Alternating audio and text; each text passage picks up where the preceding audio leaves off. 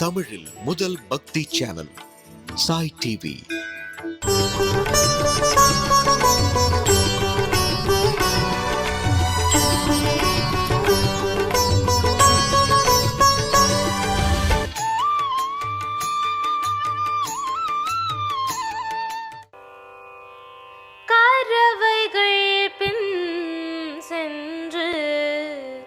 கானம் சேர்த்துன்போ கரவைகள் பின் சென்று கானம் சேர்த்துன்போ அறிவொன்றுமில்லாத ஆய்குலத்து உன் தன்னை பிறவியே பெருந்தனை புண்ணியம் யாமுடையோ குறைவொன்றுமில்லாத கோவிந்தாவும் தன்னோடு உறவேல் நமக்கு இங்கு ஒழிக்க ஒழியாது அறியாத பிள்ளைகளோ அன்பினாலும் தன்னை சிறு பேரழை தனவும் சிறியருளாதே இறைவாணி தாராய் பரையேலோரும் பாவாய்.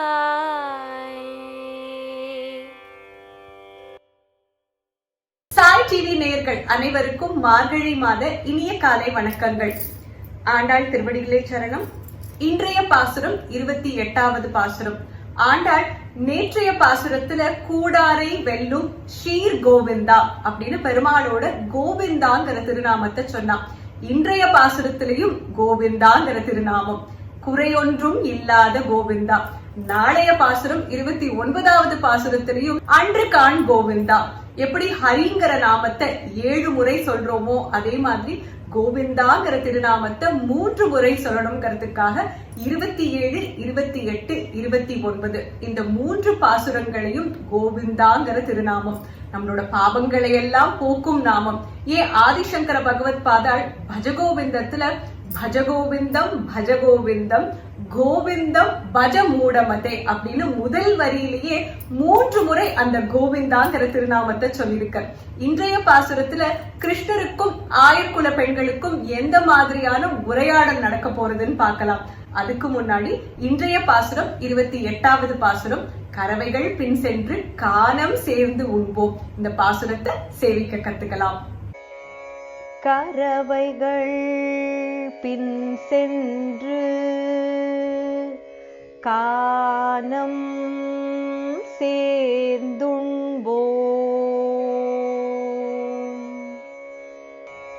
கறவைகள் பின் சென்று கானம் சேர்ந்துண்போம். அறிவொன்றும் இல்லாத ஆய்குலத்து உந்தன்னை அறிவொன்றும் இல்லாத ஆய்குலத்து உந்தன்னை பிறவி பெருந்தனை புண்ணியம் யாமுடையோ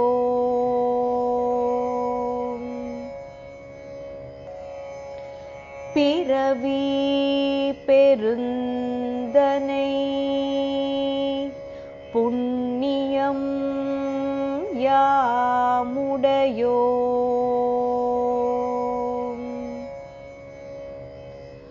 குறை ஒன்றும் இல்லாத கோவிந்தா உன்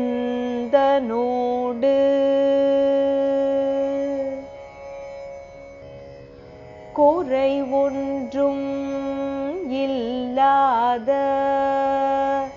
கோவிந்தா உந்தனோடு உறவேல் நமக்கிங்கு ஒழிக்க ஒழியாது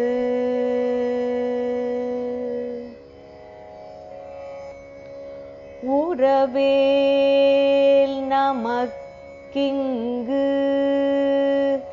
ஒழிக்க ஒழியாது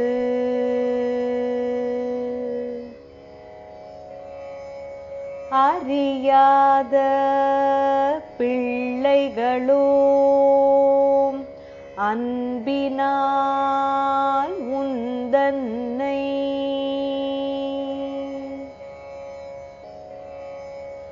அறியாத பிள்ளைகளோம் அன்பினால் உந்தன்னை சிறு பேரழைத்தனவும்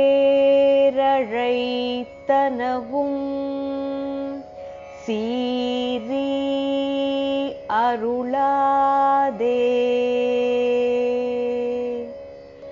சிறு பேரழைத்தனவும்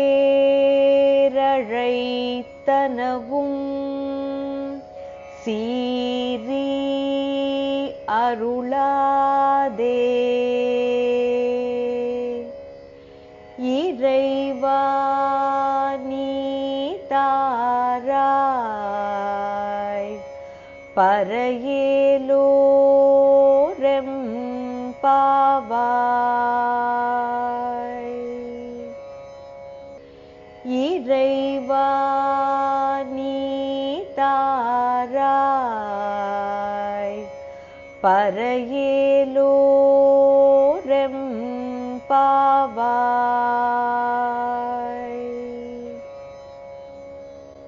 நேற்றைய பாசுரத்துல கூடாரை வெல்லும் சீர் கோவிந்தா உந்தன்னை பாடி பறை கொண்டு யாம் பெறும் சம்மானம், உன்னை பாடுறதுனால எங்களுக்கு நீ சம்மானம் கொடுக்க போற அப்படின்னு ஆயர்குல பெண்கள் கிருஷ்ணர் கிட்ட சொல்றா. இன்றைய பாசுரத்துல கிருஷ்ணருக்கும் ஆண்டாள் ஆயர்குல பெண்களுக்கும் ஒரு கற்பனையான உரையாடல். கிருஷ்ணர் கேட்கிறார், உங்களுக்கு நான் வேணும்னு சொல்றேன், அனுகிரகம் வேணும்னு சொல்றேன், பறை வேணும்னு சொல்றேன், இதெல்லாம் கொடுக்கணும்னா அதுக்குன்னு ஒரு தகுதி வேணுமே, அந்த தகுதி உங்ககிட்ட இருக்கா? இப்ப நம்ம ஒரு இன்டர்வியூ போனாலே அந்த இடத்துல என்ன கேட்பா, இந்த ஜாப் உங்களுக்கு கொடுக்கணும்னா அதுக்கு உங்களுக்கு தகுதி இருக்கான்னு என்ன கன்வின்ஸ் பண்ணுங்கன்னு சொல்வாளே, அந்த மாதிரி கிருஷ்ணர் ஆயர்குல பெண்கள் கிட்ட கேட்கிறார். இன்னைக்கு கிருஷ்ணர் முதல்ல கேட்கிறார், உங்களுக்கு நான் வேணும்னு சொல்றேன், பறை வேணும்னு சொல்றேன், அனுகிரகம் வேணும்னு சொல்றேன், பகவத் கைங்கரியம் பண்ணணும்னு சொல்றேன், அதுக்கு உங்ககிட்ட என்ன தகுதி இருக்கு, உங்க தகுதியை எடுத்து சொல்லுங்க பார்க்கலாம்னு சொல்ல ஆயர்குல பெண்கள் என்ன சொல்றா, கறவைகள் பின் சென்று காலம் சேர்ந்து உண்போம். நாங்கள்லாம் ஆயர்குலத்துல இருக்கிறவா, எங்களுக்கு கறவைகளை விட்டா வேற எதுவுமே தெரியாது. இங்க கறவைகள்ங்கிறது பொதுவாக பசுக்கள், அது கூடவே எருமை ஆட்டுக்குட்டிகள் அதையும் சொல்லுவா. கறவைகள் பின் சென்று காலம் சேர்ந்து உண்போம். தினம் தினம் எங்களுக்கு ஒரே ஒரு பொழப்பு தான், என்னன்னா காலங்கார்த்தால மாடு மேய்க்க போகணும். அந்த மாடு மேய்க்க போகிறதுக்கு கூட ஒரு ஞானியோ யாராவது வந்து வழி சொல்ல மாட்டா, அந்த கறவைகள் தான் எங்களுக்கு வழி சொல்லும். அந்த கறவைகள் பின்னாடியே நாங்க போவோம். அது ஒரு இடத்துல நிக்குமே, அந்த இடத்துல நின்னு எல்லாருமாக கூடி அந்த கானகத்துல எல்லாருமாக சேர்ந்து உண்போம். எந்த விதமான கிரமமும் எங்களுக்கு தெரியாது, முறை தெரியாது. காலங்காலத்தால குளிச்சுட்டு தான் போகணும், உணவை இப்படித்தான் உண்ணணும், இந்த விதமான உணவு தான் சாப்பிடணும், அந்த மாதிரி முறையெல்லாம் எங்களுக்கு தெரியாது. கறவைகள் போனா அந்த கறவைகள் பின்னாடி நாங்க போவோம். எப்ப பசிக்கிறதோ அப்ப சாப்பிடுவோம், எப்ப வேர்க்கிறதோ அப்ப குளிப்போம், என்ன கிடைக்கிறதோ அதை சாப்பிடுவோம். ஆனா கிடைக்கிறத எல்லாருமாக சேர்ந்து சாப்பிடுவோம். கறவைகள் பின் சென்று கானம் சேர்ந்து உண்போம், கானகத்துல எல்லாருமாக சேர்ந்து உண்போம். அப்ப கிருஷ்ணர் கேக்குற, கர்மயோகம்னா என்னன்னு தெரியாதா? பரவாயில்ல, போயிட்டு போறது. பக்தி மார்க்கம் ஞான மார்க்கம் இருக்கே, அதுலயாவது உங்களுக்கு அனுபவம் இருக்கா? இந்த ஞான மார்க்கம்னா என்னன்னு தெரியுமா, பக்தி செலுத்துறதுனா என்னன்னு தெரியுமான்னு கேட்க அதுக்கு ஆயர்குல பெண்கள் சொல்றா, அறிவொன்றும் இல்லாத ஆய்குலத்து நாங்களோ ஆயர்குலவாசிகள், எங்களுக்கு சாஸ்திர சம்பிரதாயம் தெரியாது, பக்தி மார்க்கமும் தெரியாது, ஞான மார்க்கமும் தெரியாது. அதனால நீ சொல்ற மூன்றுமே எங்களுக்கு தெரியாது கண்ணா. ஞான மார்க்கம் தெரியாது, பக்தி மார்க்கம் தெரியாது, கர்ம மார்க்கம் தெரியாது. அறிவொன்றும் இல்லாத ஆயர்குலத்துல பிறந்தவர்கள் நாங்கள். இதை கேட்டு கிருஷ்ணருக்கு ஆச்சரியமாக போயிடுறது. கர்மயோகம் இல்ல, பக்தி யோகம் இல்ல, ஞான யோகம் இல்ல, இதெல்லாம் இல்லாம என்ன தகுதி இருக்குன்னு நீங்கள்லாம் என்ன தேடி வந்திருக்கீங்கன்னு கேட்க, எங்களுக்கு ஒசந்த ஒரு தகுதி இருக்கு. அப்பேற்பட்ட புண்ணியத்தோட நாங்க இந்த ஆயர்குலத்துல பிறந்திருக்கோம். பிறவி பெருந்தனை புண்ணியம் யாம் உடையோம். இந்த புண்ணியம் பல பல ஜென்மாக்களாக நாங்க சம்பாதிச்சது, இந்த ஜென்மால கிடைச்சது கிடையாது. அப்பேற்பட்ட பிறவி எங்களுடைய பிறவி. இவ்வளவு குலம் இருக்கும் போது கிருஷ்ணனாக நீ வந்த போது எங்கள் குலத்தை தானே நீ தேர்ந்தெடுத்த. யார் கேட்டாலும் கிருஷ்ணர் யாதவ குலத்தை சேர்ந்தவன்னு தானே சொல்றா, ஆயர் குலத்தை சேர்ந்தவன்னு தானே சொல்றா. அப்பேற்பட்ட புண்ணியம் உடையோம், நாம் புண்ணியம் செய்தோம்னு சொல்லல, இந்த ஜென்மால பண்ணல, ஏதோ பல பல ஜென்மாவாக செய்து வந்த புண்ணியம் இந்த ஜென்மால அதுக்கான பலன் எங்களுக்கு கிடைச்சிருக்கு. இந்த தகுதியோட அழகு என்ன? நீ சுவாசிக்கிற காற்றுதான் நாங்களும் சுவாசிக்கிறோம். நீ ஏறி குதிக்கிற அதே மரத்துலதான் நாங்களும் ஏறி குதிக்கிறோம். நீ விளையாடும் அதே யமுனா நதிக்கரையில தான் நாங்களும் விளையாடுறோம். நீ குளிக்கும் யமுனா நதியில தான் நாங்களும் குதிக்கிறோம். நீ திருடும் வெண்ணைய தான் நாங்களும் பங்கு போட்டு சாப்பிடுறோம். அப்போ இந்த தகுதி போராதா? குறை ஒன்றும் இல்லாத கோவிந்தா, எந்த விதமான குற்றம் குறையும் உன்கிட்ட கிடையாது. ஷீர் கோவிந்தான்னு 27வது பாசுரத்துல சொன்னான். இந்த பாசுரத்துல குறை ஒன்றும் இல்லாத கோவிந்தா, குறைங்கிறது உன்கிட்ட கிடையாது. அப்படி ஏதாவது குறை இருந்ததுன்னா அது எங்க கிட்டதான். இதுக்கு இன்னொரு வியாக்கியானமும் உண்டு. பகவான் பக்தர்கள் கிட்ட குறை பார்க்கவே மாட்டார். அந்த குறைங்கிறது நம்மளோட கண்ணோட்டத்துலதான். நமக்கு வேண்டியது கிடைக்காத போது பகவானை நம்ம துவேஷிக்கிறோம். அது மனிதர்களோட குணம். பகவான் அப்படி கிடையாது. நாஸ்திகனுக்கு கூட, கடவுள் இல்லைன்னு சொல்றவாளுக்கு கூட பகவான் அனுகிரகம் பண்ணிண்டேதான் இருப்பான். அது பகவானோட கல்யாண குணம். குறை ஒன்றும் இல்லாத கோவிந்தா, உந்தனோடு உறவே நமக்கு இங்கு ஒழிக்க ஒழியாது. உனக்கும் எங்களுக்கும் இருக்கிற சம்பந்தத்தை, அந்த பந்தத்தை என்னைக்குமே போக்க முடியாது. அதை நீயும் வெட்டி முறிக்க முடியாது, நாங்களும் அதை பண்ண போறது கிடையாது. அப்படிப்பட்ட உத்தமமான பந்தம் உனக்கும் எங்களுக்கும் இருக்கும் அந்த சம்பந்தம். இந்த இடத்துல ஆயர்குல பெண்களுக்கு ஒரு விதமான பெருமிதம். ஒரு நல்ல போஸ்ட்ல ஒருத்தர் இருந்தாருன்னா நம்ம சொல்லிப்போமே, இவரோட நான் 2ஆம் கிளாஸ்ல படிச்சேன், இந்த கம்பெனில வேலை பண்ணும் போது அவர் எங்களுக்கு கீழே தான் வேலை பண்ணினார் அப்படின்னு நம்ம பெருமிதத்தோட சொல்லுவோம். இந்த இடத்துல ஆயர்குலவாசிகளும் எங்களோட குலத்தை தேர்ந்தெடுத்து நீ வந்திருக்கியே, அதனால அப்பேற்பட்ட புண்ணியம் எங்களோடது. உனக்கும் எங்களுக்கும் இருக்கிற பந்தத்தை என்னைக்குமே ஒழிக்க முடியாது, அழிக்க முடியாது. இந்த சொல்லிட்டு ஆயர்குல பெண்களுக்கு திடீர்னு ஞாபகம் வருது. ஆஹா, திருமாலோட அவதாரம் 26வது பாசுரத்துல மாலே மணிவண்ணான்னு சொன்னாலே, அதனால திருமாலோட அவதாரமே இந்த கண்ணன். கண்ணன் கிட்ட நம்ம ஏதாவது தவறாக நடந்திருந்தோம்னா அதுக்கு இதுதான் மன்னிப்பு கேட்கிற சந்தர்ப்பம்னு யோசிக்கிறான். அறியாத பிள்ளைகளும் அன்பினால் முந்தன்னை சிறுபேர் அழைத்தனவும் சீறி அருளாதே. உன்னோட விளையாடும் போது, சேட்டை பண்ணும் போது, குளிக்கும் போது, உறங்கும் போது, உணவு உண்ணும் போது, மாடு மேய்க்கும் போது, மற்றவர்கள் முன்னாடியோ இல்ல தனியாகவோ ஏதாவது தப்பாக உன்னை கூப்பிட்டிருந்தா, முக்கியமாக ஒருமைல உன்னை கூப்பிட்டிருந்தா, நீ வான்னு சொல்லியிருந்தா எங்களை மன்னிச்சுக்கோ கண்ணா. அப்படி நாங்க கூப்பிட்டிருந்தா கூட அது உன்மேல வைத்திருந்த அன்பால தான் இருந்திருக்கும்.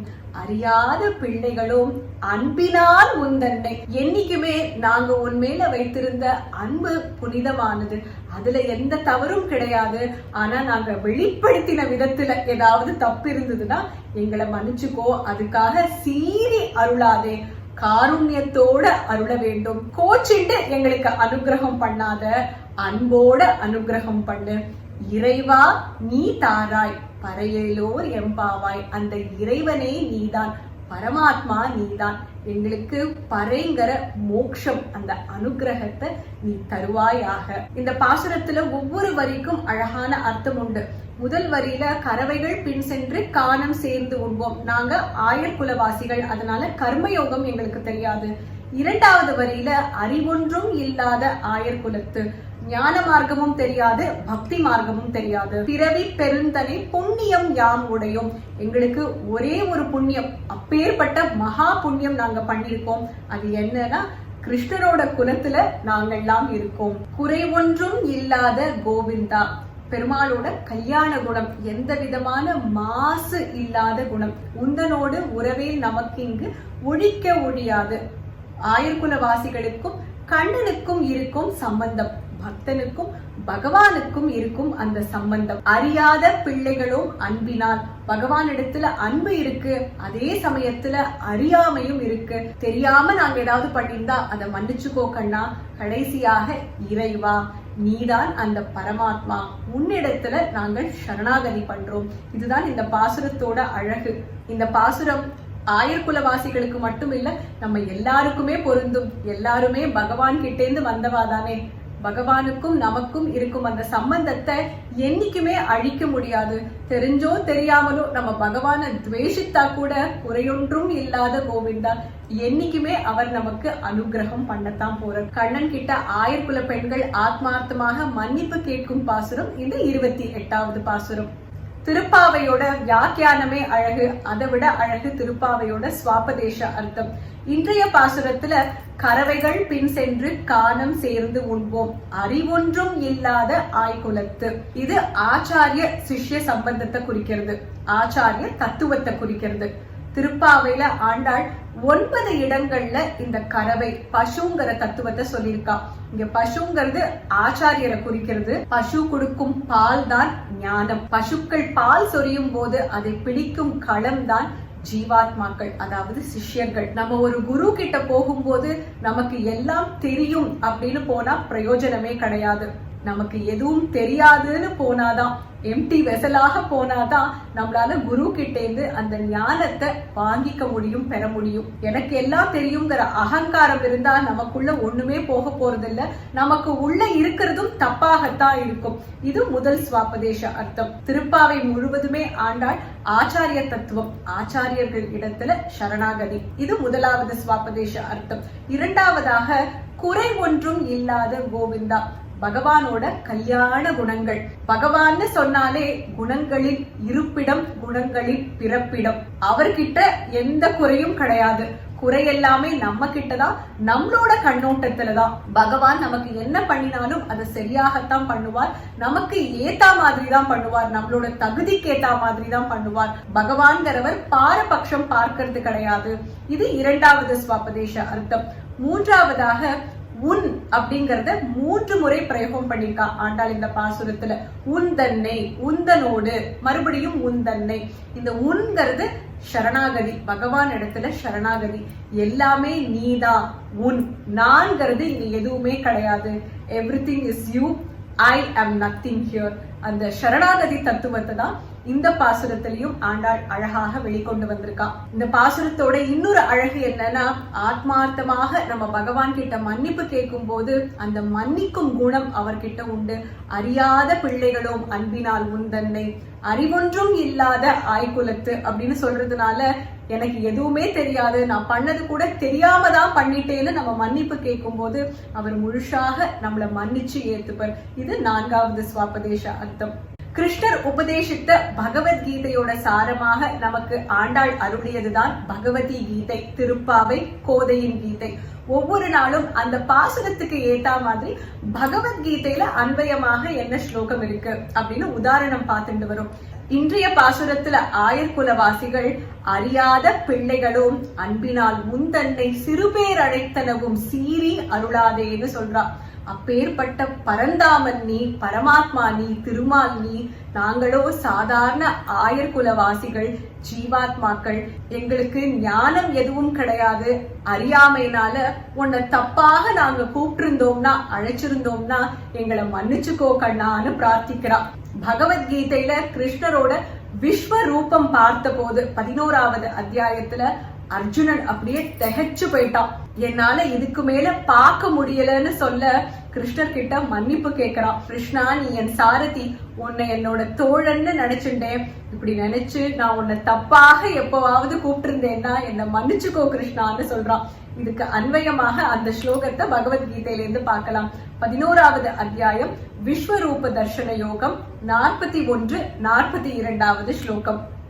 सखेति मत्वा प्रसभं यदुक्तं हे कृष्ण हे यादव हे सखेति अजानता महिमानं तवेदं मया प्रमादात् प्रणयेन वापि यच्चावहासार्थमसत्कृतोऽसि विहारशय्यासनभोजनेषु एको तवाप्यच्युत तत्समक्षं தக்ஷாமயே த்வாமஹம் அப்ரமேயம்.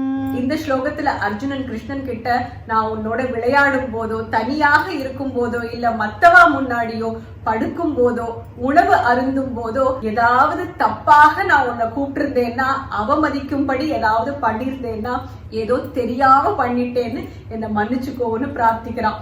அதேதான் இந்த 28வது பாசுரத்துல ஆயிரக்குல பெண்களும் கண்ணன் கிட்ட பிரார்த்திக்கிறார். அறியாத பிள்ளைகளும் அன்பினால் உந்தன்னை சிறுபேர் அழைத்தனவும் சீறி அருளாதே.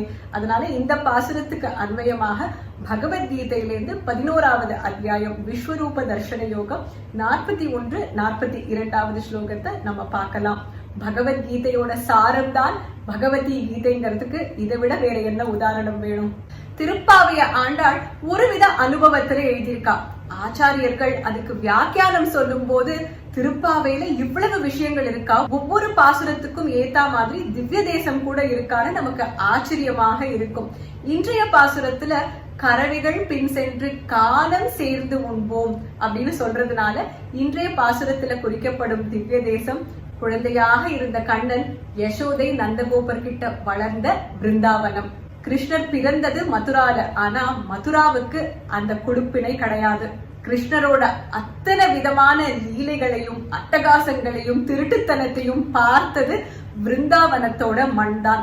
பிருந்தாவனத்துல இருக்கும் ஒவ்வொரு மண்ணும் சரி, மரமும் சரி, செடியும் சரி, கொடியும் சரி, ஒவ்வொரு கோகுலத்து வாசியும் சரி, ஏன் அங்க இருக்கிற காற்று கூட கிருஷ்ணரை அழகழகாக அனுபவிச்சுதான். ஸ்ரீமத் பாகவதத்துல பிருந்தாவனத்தோட முக்கியத்துவம் ரொம்ப அழகாக சொல்லியிருக்கும். யாருக்காவது எல்லாத்தையும் துறந்து கிருஷ்ணானுபவம் கிடைக்கணும்னா அவ பிருந்தாவனம் போனா போதும். அந்த மண்ல நம்ம காலடி பட்ட உடனேயே அந்த கிருஷ்ணானுபவம்ங்கிறது நமக்குள்ள தானாக கிடைக்கும் அப்படின்னு ஸ்ரீமத் பாகவதம் சொல்றது. ஆதிசங்கர பகவத் பாதாள் கோவிந்தாஷ்டகத்துல वृन्दावन भुवि वृन्दारक गण वृन्दाराधित वन्देहम् कुन्दाभामल मन्दस्मेर सुधानन्दम् सुहृतानन्दम् वन्द्याशेष महामुनिमानस वन्द्यम् वृन्दपदद्वन्द्वम् वन्द्योशेष गुणाब्धिम् प्रणमत गोविन्दम् परमानन्दम्. கோவிந்தன் திருநாமத்தை சொன்னாலே, கோவிந்தனை பார்த்தாலே அப்படிப்பட்ட பரமானந்தம் எனக்கு ஸ்புரிக்கிறது. பிருந்தாவனம் அப்பேற்பட்ட புண்ணிய கஷேத்திரம், உன்னோட பாதம் பட்ட இடமாச்சே, அந்த தேவர்கள் எல்லாம் வணங்கக்கூடிய ஒரு திருத்தலம்னு இந்த ஸ்லோகத்துல ஆதிசங்கரர் வர்ணிக்கிறார். கறவைகள் பின் சென்று காலம் சேர்ந்து உண்போம் அப்படின்னு சொன்னதுனால ஆயர்குல வாசிகள் எல்லாம் கறவைகளோடு சேர்ந்து மாடு மேய்க்க போகும் இடம் பிருந்தாவனம். அதனால இன்றைய பாசுரத்துல குறிக்கப்படும் திவ்ய தேசம் நந்தகோபர் யசோதை கிட்ட கிருஷ்ணர் வளர்ந்த கோகுலம் அப்படிங்கிற பிருந்தாவனம். எப்படி கூடாரவல்லிக்கு விசேஷமாக அக்கார வடிசல் நைவேத்தியமோ அதே மாதிரி இந்த 28ஆம் பாசுரத்துக்கு விசேஷமான நைவேத்தியம் தயிர் சாதம். ஏற்கனவே நீங்க தயிர் சாதம் பண்ணியிருந்தேன்னா இன்னைக்கு பெருமாளுக்கு விசேஷமாக கோதுமை கேசரி சமர்ப்பணம் பண்ணலாம். இல்ல தயிர் சாதமே கொஞ்சம் வித்தியாசமாக சேமியா தயிர் சாதமாக சமர்ப்பணம் பண்ணலாம். கறவைகள் பின் சென்றுங்கிற பாசுரத்துக்கு ஏத்த மாதிரி எல்லாரோட ஆத்து வாசல்லையும் இன்னைக்கு பசுக்கள் அழகாக கோலமாக இருந்திருக்கும்னு நினைக்கிறேன். இப்போ நாளைய பாசுரத்தோட கோல குறிப்பு. நாளைக்கு 29வது பாசுரம் சிற்றன் சிறுகாலே. இதுலயும் 2வது பாசுரத்துல எப்படி ஆண்டாள் பையத்துயின்ற பரமனடி பாடின்னு சொல்றாளோ பெருமாளோட பாதத்தை பத்தி சொல்றா. அதனால பெருமாளோட பாதத்தை குறிக்கும் ஒரு கோலம் போடலாம். பெருமாளோட பாதத்தையே விதவிதமாக போடலாம். நவதானிய கோலமாக பெருமாள் பாதத்தையே போடலாம். படிக்கோலமாக போட்டு பெருமாளோட பாதத்தையும் நடுவுல இருக்கிற மாதிரி காமிக்கலாம். நாளைய பாசுரம் பெருமாளோட பாதங்களில் சரணாகதியை குறிக்கிறது. அதனால கண்டிப்பாக பாதங்கள் நிறைந்த கோலம் நாளைய பாசுரத்துக்கு. திருப்பாவையில ஆண்டாள் 7 நாட்களை பத்தி சொல்லியிருக்கான்னு பார்த்தோம். அதே மாதிரி பெருமாளோட தசாவதாரங்கள்ல எந்தெந்த அவதாரங்கள் சொல்லியிருக்கான்னு பார்க்கலாம். 3வது பாசுரம் ஓங்கி உலகளந்த உத்தமன் பேர் பாடி. 17வது பாசுரம் அம்பரம் மூடறுத்து ஓங்கி உலகளந்த. 24வது பாசுரம் அன்று இவ்வுலகம் அளந்தாய் அடி போற்றி. இந்த 3 பாசுரங்கள்லயும் வாமன அவதாரம். வாமனர் 3 அடி கேட்டதுனால 3 பாசுரங்கள்.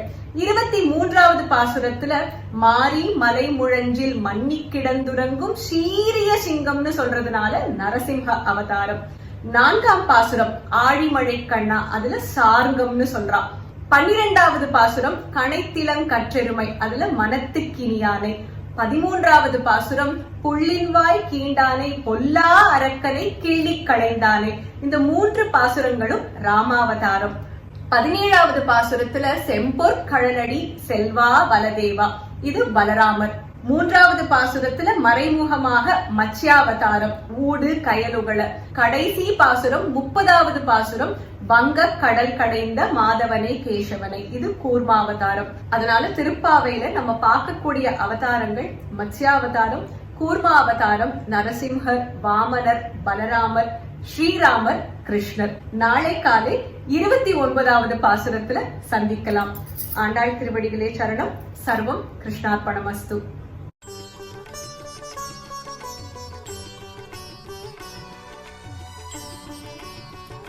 இந்த மார்கழி மாதம் எல்லாரும் ஆத்மார்த்தமாக போடும் பாசுர கோலங்கள். நிறைய பேர் எனக்கு இவ்வளவு கோலம் போட வரும்னே தெரியாது, இந்த நிகழ்ச்சி பார்த்து தான் கோலம் போடவே பிரயத்தனம் பண்ணி ஆற்றுல இருக்கிறவா ஃப்ரெண்ட்ஸ் எல்லாருமே ரொம்ப அப்ரிஷியேட் பண்ணியிருக்கான்னு சொல்லியிருக்கேன். கேட்கவே ரொம்ப சந்தோஷமாக இருக்கு. அடுத்து வந்த கோலங்களில் செலக்ட் பண்ண கோலம் தான் இப்போ நீங்கள் பார்த்துட்டு இருக்கேன். பாசுரத்தில் குறிக்கப்படும் விஷயங்கள் இருக்கிற சின்ன ஸ்பேஸில் என்ன அழகாக அந்த குறிப்புகளை வெளிக்கொண்டு வந்திருக்கு. அந்த கோலம், கலர் இதெல்லாம் எப்படி திருத்தமாக இருக்குது. இதை பேஸ் பண்ணி தான் இந்த கோலங்களை செலக்ட் பண்ணியிருக்கோம். இன்னும் மார்கழி மாதம் முடியறதுக்கு பாசுரங்கள் பாக்கி இருக்குது. நீங்கள் போடும் கோலங்களை மறக்காமல் எங்களோட வாட்ஸ்அப் மூலமாக பகிர்ந்துக்கோங்க.